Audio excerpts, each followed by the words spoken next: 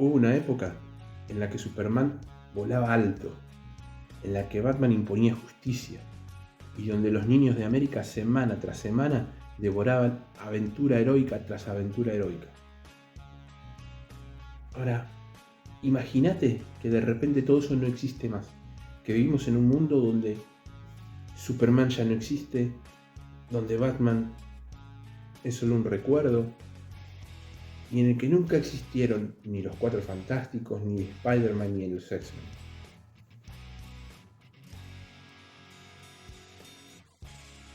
¿Qué pasa si te dijera que eso estuvo más cerca de suceder que nunca? En la década de los 50, una combinación explosiva de paranoia social, escándalos mediáticos y presión política llevó a la industria del cómic al borde del colapso y de la desaparición. De eso te voy a hablar el día de hoy. Mi nombre es Martín Allen, bienvenidos a un nuevo video en mi canal.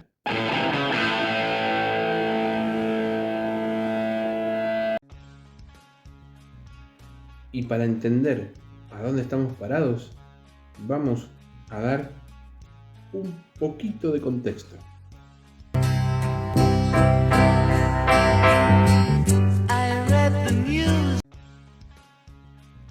Para tener claro cómo inicia esta crisis,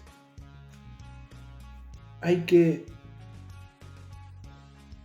pensar en una época particular. Si vamos a Superman, Batman, la Mujer Maravilla, Capitán América, si lo querés pensar por el lado de lo que es Marvel, o Namor, por decir algunos, son superhéroes, personajes de cómics que surgieron en una época convulsionada, en una época de guerra, donde era imperativo por la crisis que veía el mundo, o que volvía a repetir el mundo después de lo que había sido la Primera Guerra Mundial y en puertas de la Segunda, un tipo de personaje, un estereotipo de héroe que fuera capaz de cargar en sus hombros el sufrimiento de la humanidad y luchar contra ese monstruo y derrotarlo definitivamente para salvar a la humanidad. En este contexto aparece Superman, aparece Batman, aparece, como te decía, la Mujer Maravilla, entre otros. Ahora el mundo da un giro, un vuelco de 180 grados después de 1945, cuando la Segunda Guerra Mundial llega a su final. Y sobre todo Estados Unidos, la cabeza del bando de los aliados y el gran ganador a nivel político, militar, etcétera, etcétera, que tuvo la Segunda Guerra Mundial. En este contexto, los cómics en Estados Unidos se habían vuelto un boom, un fenómeno masivo. Millones de copias se vendían mensualmente. Y a la cabeza de este boom estaban los superhéroes, que eran los favoritos, sobre todo de los chicos. Pero claro, ese entusiasmo no duraría mucho. Pensá esto, para 1945 aproximadamente se vendían, o se imprimían, mejor dicho, más de 60 millones de cómics al mes en Estados Unidos. Incluso había cómics que venían en cajas de cereales y en promociones escolares. A ese grado. Ahora, no sé cómo será el cómic a nivel europeo, porque esto viene más que nada referido a lo que es el cómic en Estados Unidos y los superhéroes que todos conocemos. Si alguno de ustedes me quiere contar qué pasó con el cómic europeo después de los 50, después de la Segunda Guerra Mundial, va a ser muy bienvenido. Ahora, el fin de la guerra marcó un cambio en los gustos. Entre ese cambio de 180 grados que te decía, tuvo que ver también el gusto sobre lo que se consumía a nivel audiovisual, en todo aspecto. Como que la sociedad de a poco se fue tornando más conservadora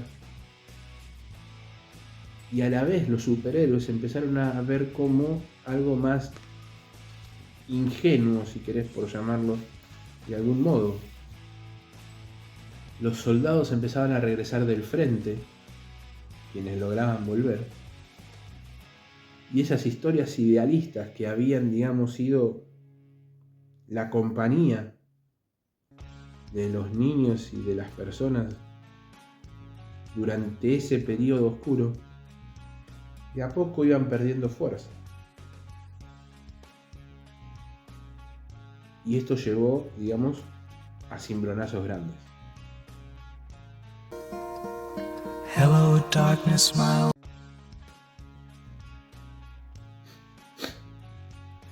Para adaptarse a este cambio que se venía presentando, las editoriales empezaron a virar hacia otro lado, a cambiar el rumbo. Así fue como aparecieron géneros nuevos, como ser el cómic de horror, de crimen, los llamados las novelas noir, real cómics, el romance, los cómics románticos, e incluso cómics de guerra empezaron a aparecer. Y estos eran más adultos, más violentos y para muchos más reales. Por ejemplo, para que te des una idea, en esta época es cuando surge Tales of the Crypt, los cuentos de la cripta. Crime Suspense Stories, con ilustraciones gráficas y finales macabros. Por el lado de lo que es el cómic más común o el que aún estaba más acostumbrado, si queremos ver a Batman, por ejemplo, este pasa a tener historias más absurdas, como ser, por ejemplo, viajes en el tiempo, aparece el Batiperro, aparece el Batmite, un montón de circunstancias. Las historietas de Superman, de Batman se empiezan a tildar de a poco de más comedia, de situaciones más naif, si querés, más inocentonas, no tan oscuro como era al principio.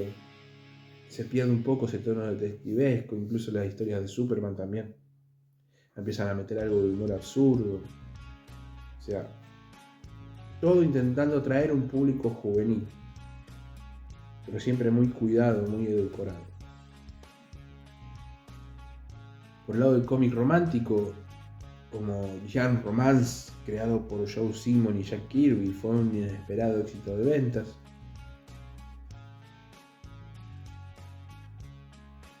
Pero algo vendría a complicar aún más las cosas.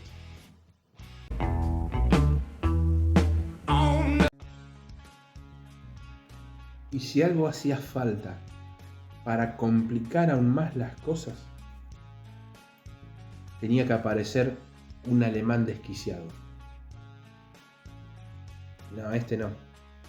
En este caso no fue él. Fue este. Frederick Wertham. ¿Quién es él? Frederick Wertham fue un psiquiatra germano-estadounidense que en 1954 lanza un estudio, después formó parte de un libro que se llamaba Seduction of the Innocent, la seducción del inocente o de los inocentes. ¿Cuál fue el problema con este libro? Bueno, en este libro él acusa a los cómics de corromper a la juventud y de llevarlos por un camino de perversión, si querés.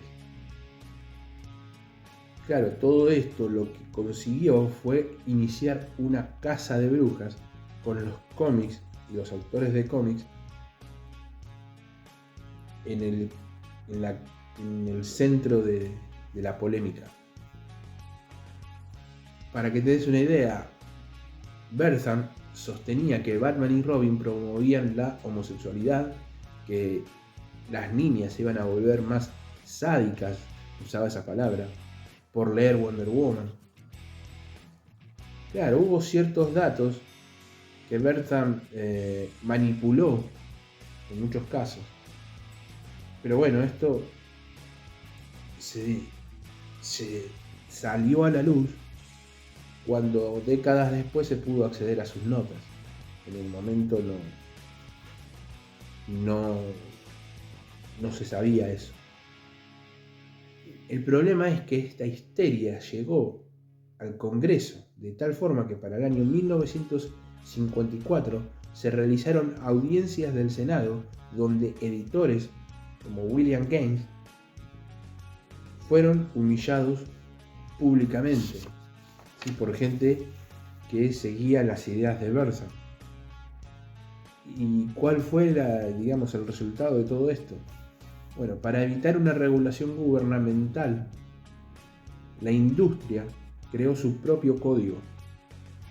Básicamente empezó a censurarse a sí misma. Y la materialización de esta autocensura fue el infame Comics Code Authority, el código de autorización para cómics. Esto significó la lápida para muchos títulos.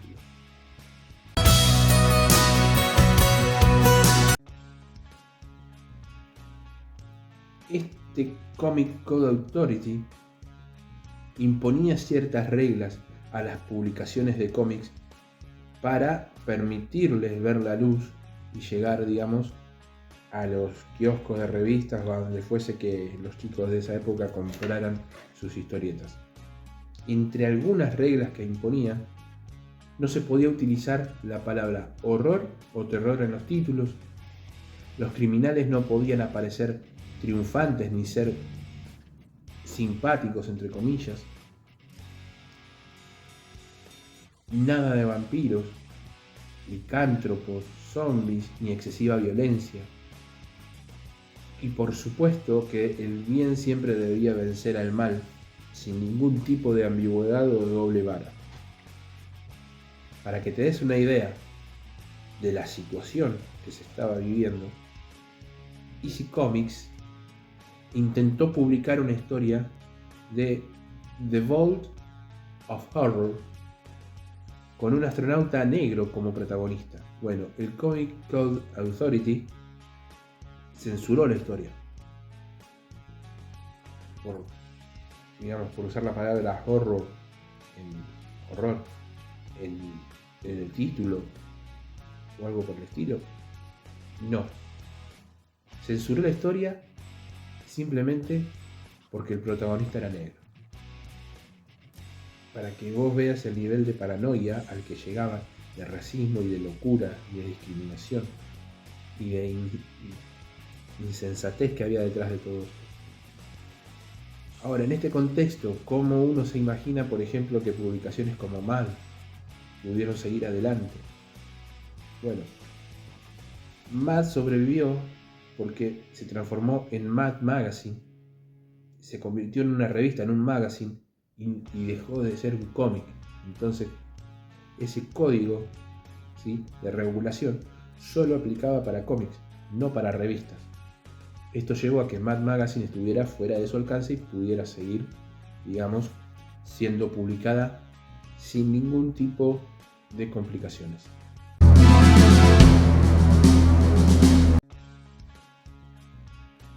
Ahora, como te imaginarás, todo esto tuvo consecuencias. Todo esto, tuvo resultados, en muchos casos, irreversibles en la industria. Por empezar, las ventas se desplomaron porque, en muchos casos se desvirtuaba por completo, la esencia de un personaje. Pasó con la Mujer Maravilla, donde incluso llegó en un momento a perder sus poderes no que a perder sus poderes, digamos, por algún villano, qué sé yo, sino que, digamos, a raíz de este código y de todas las regulaciones decidieron, para darle una vuelta de tuerca al personaje, sacarle sus poderes y convertirla en una agente secreta. No hicieron más que terminar de derrumbar a este título en cuanto a las ventas. Nadie estuvo de acuerdo con eso y lo despreciaron profundamente. Muchas editoriales directamente tuvieron que cerrar sus puertas. No hubo término medio. Aún así, la misma Mujer Maravilla, aún con su baja en ventas, pudo sobrevivir al lado de personajes como Batman o Superman. Pero fueron los únicos. Los demás, aunque sea por un tiempo, desaparecieron completamente. Incluso para 1956, DC, debido a las pocas ventas de cómics que había, llegó a pensar en la idea de dejar completamente de vender lo que es cómics de superhéroes. Ni hablar de Marvel, que estuvo muy cerca de poder cerrar. Los únicos cómics que realmente se mantenían a flote por fuera de Batman, Superman y la Mujer Maravilla eran los cómics humorísticos, románticos y de western. Pero, ya te digo, hubo unos pocos héroes que resistieron la tormenta y que preparaban un regreso silencioso pero sostenido.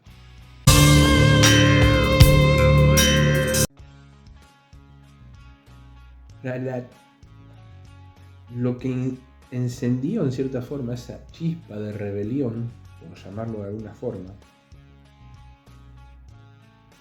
curiosamente no provino del ámbito superheroico, porque lo que se puede considerar como el primer cómic que intentó violar de cierta forma o transgredir el código vino de la mano de William Gaines para el año 1955, un año después de la implementación del código, cuando este reimprime en su publicación llamada Incredible Science Fiction una historia titulada El Día del Juicio, que había sido publicada anteriormente en la revista Real Fantasy número 18. Como ya te había mencionado anteriormente de una historia que se censuraron por que el personaje fuese negro, en este caso pasaba lo mismo. Cuando se dieron cuenta que el personaje era un personaje negro, intentaron censurarlo a través del código, pero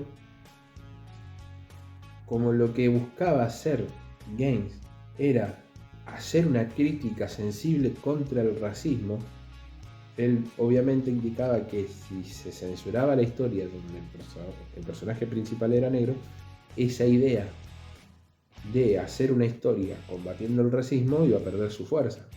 Por lo tanto, se plantó contra las autoridades del código y les dijo que él iba a hacer todo lo posible para que en caso de que tiraran abajo su historia, saliera a la luz y se publicara por todos lados por qué le censuraban la historia. Todo esto llevó a que ellos en cierta forma dieran el brazo a torcer y permitieran que la historia saliera a la luz. De cualquier forma, tantas restricciones sufrió William Gaines a la hora de hacer sus publicaciones que esto llevó a que el tipo decidiera finalmente dejar de lado todo lo que tiene que ver con EC Comics, con EC Comics, y enfocarse en la revista Mad, que sería la única publicación que sobreviviría. Pero esta chispa llegó al mundo superheroico y DC, de la mano de Julius Schwartz, entre otros, para el año 1956, deciden revivir a uno de los superhéroes que había sido víctima de, digamos, toda la paranoia que había empezado a surgir para la década del 40 y que había terminado por desaparecer de las páginas. Y estoy hablando de Flash. El primer Flash, llamado Jay Garrick, llevaba un tiempo ya desaparecido, y si recordás, en este video yo te cuento su historia.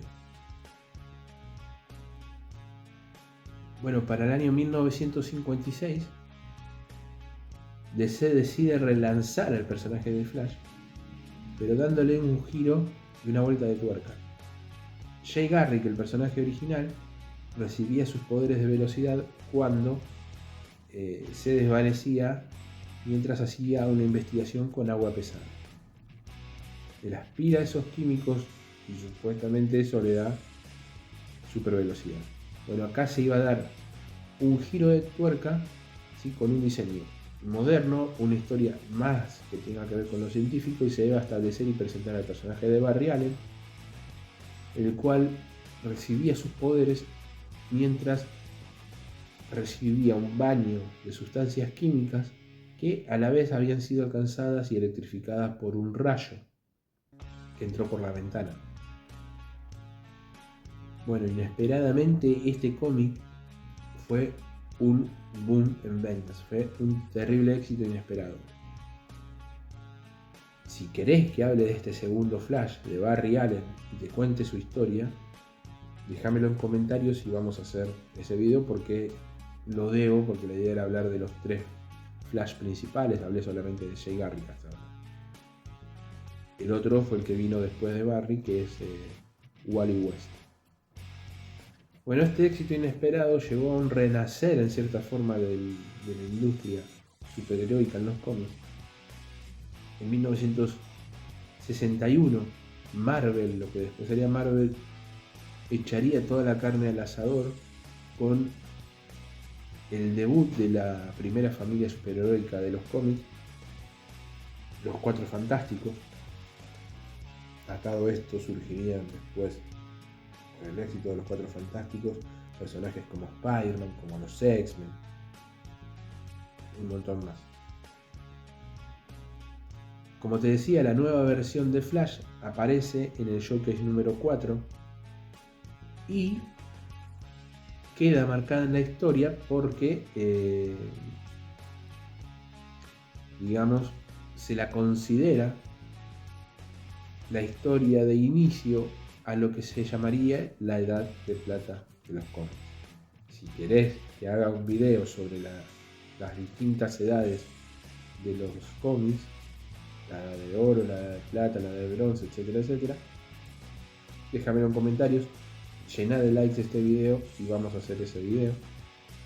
Por el lado de Marvel, Stan Lee estuvo muy cerca de dejar la editorial antes de lanzar los Cuatro Fantásticos.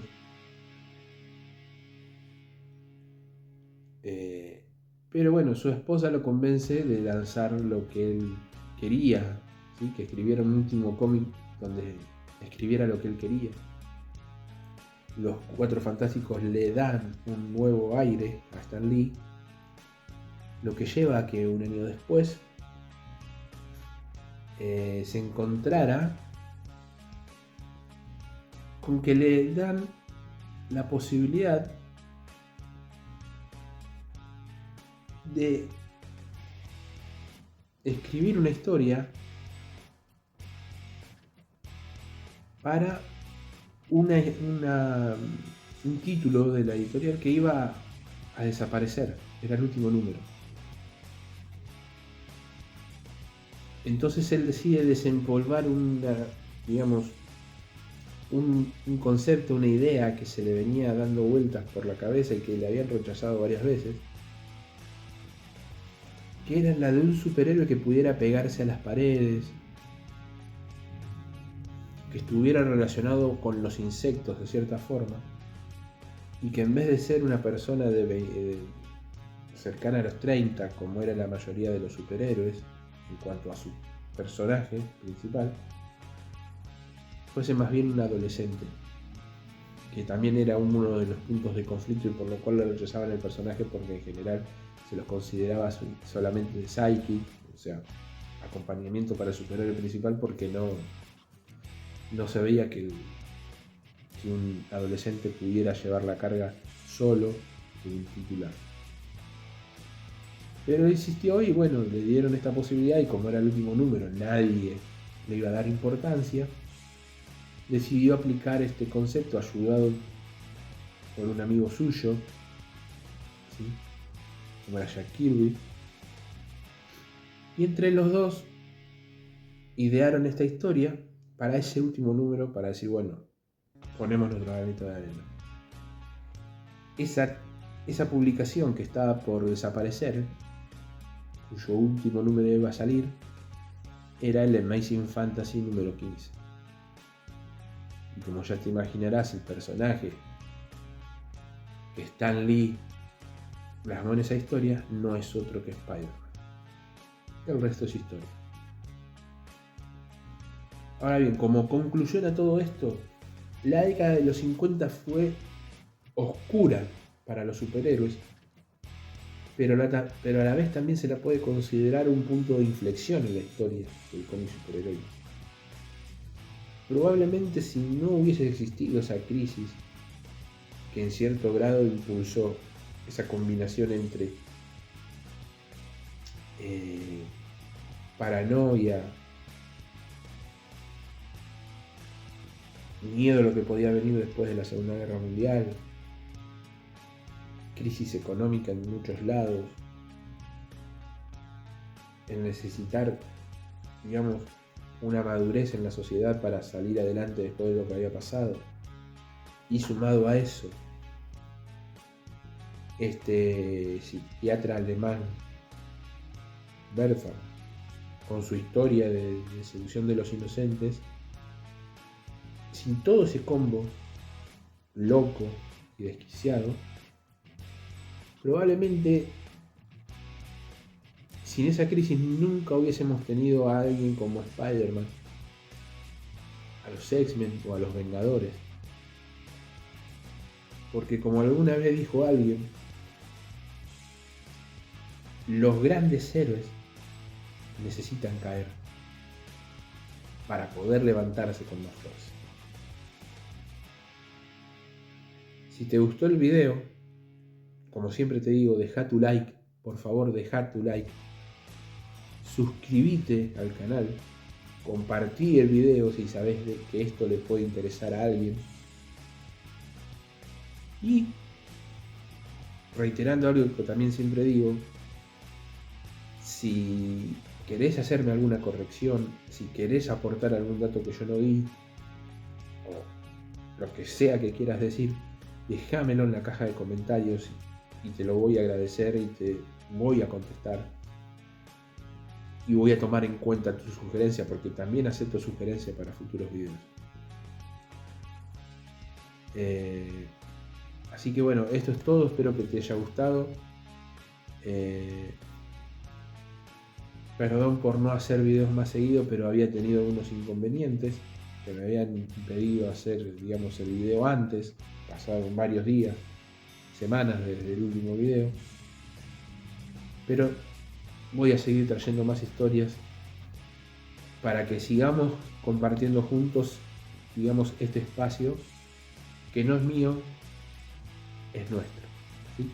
Así que bueno, mi nombre es Martín Allen y nos estamos viendo en futuros videos. Bye.